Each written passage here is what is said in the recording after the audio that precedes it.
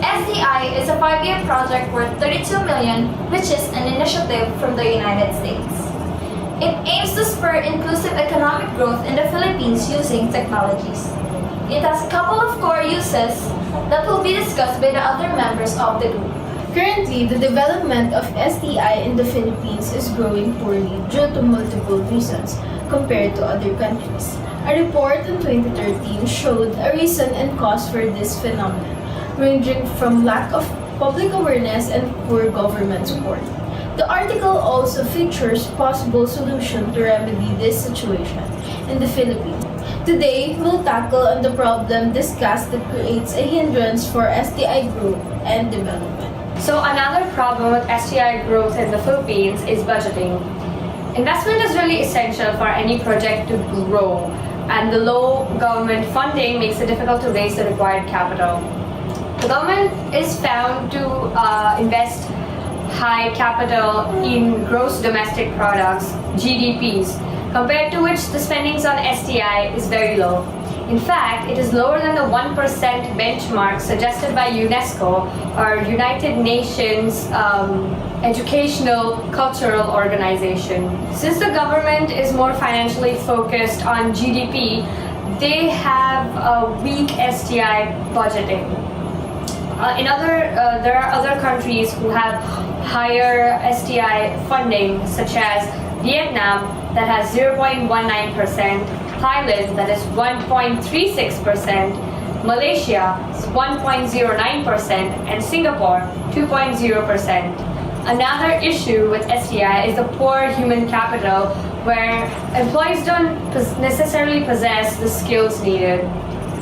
Poor human capacity and R&D negatively affect the ranking in G2 report, for which the score was 22.7 on 100. This happens due to low public and private expenditure, as there is minimal demand for it.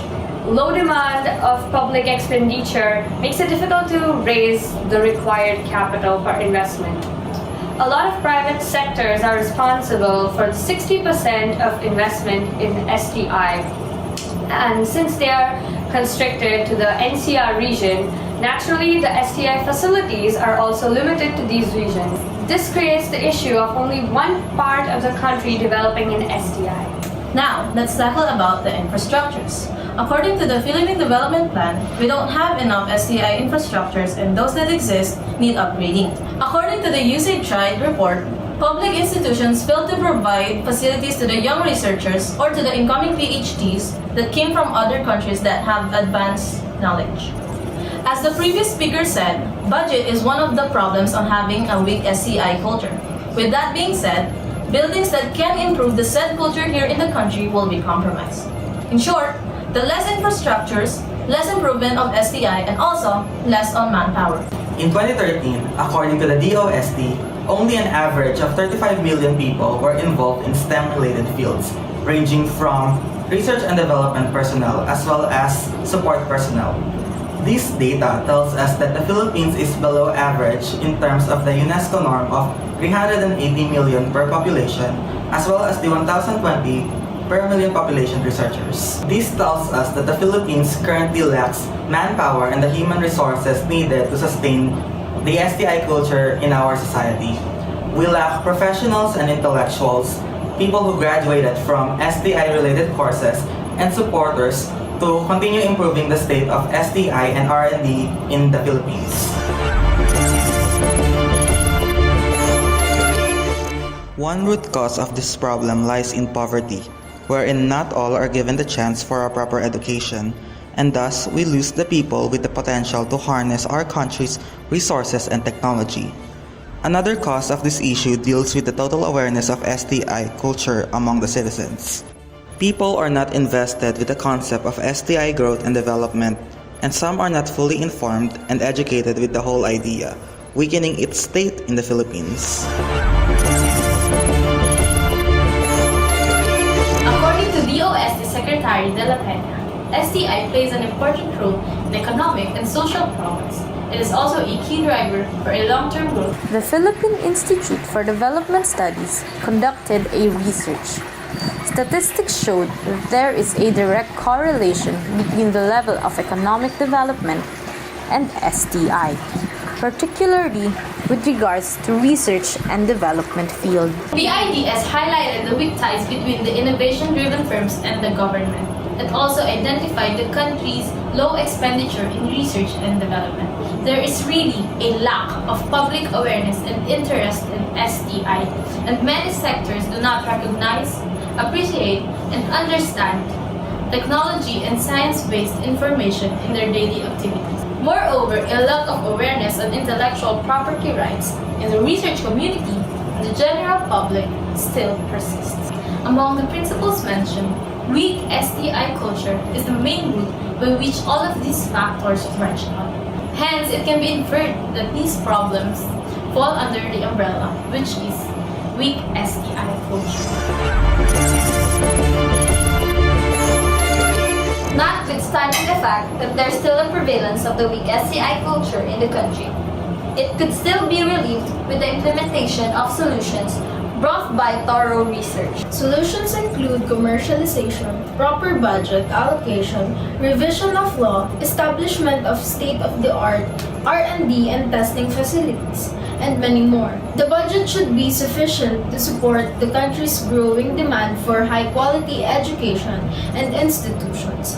The government should enact laws that will fund science, technology, and innovation and research and development programs, as well as provide other incentives and benefits. Another solution to remedy the weak STI culture in the Philippines is to encourage students to enroll in STEM-related courses and programs.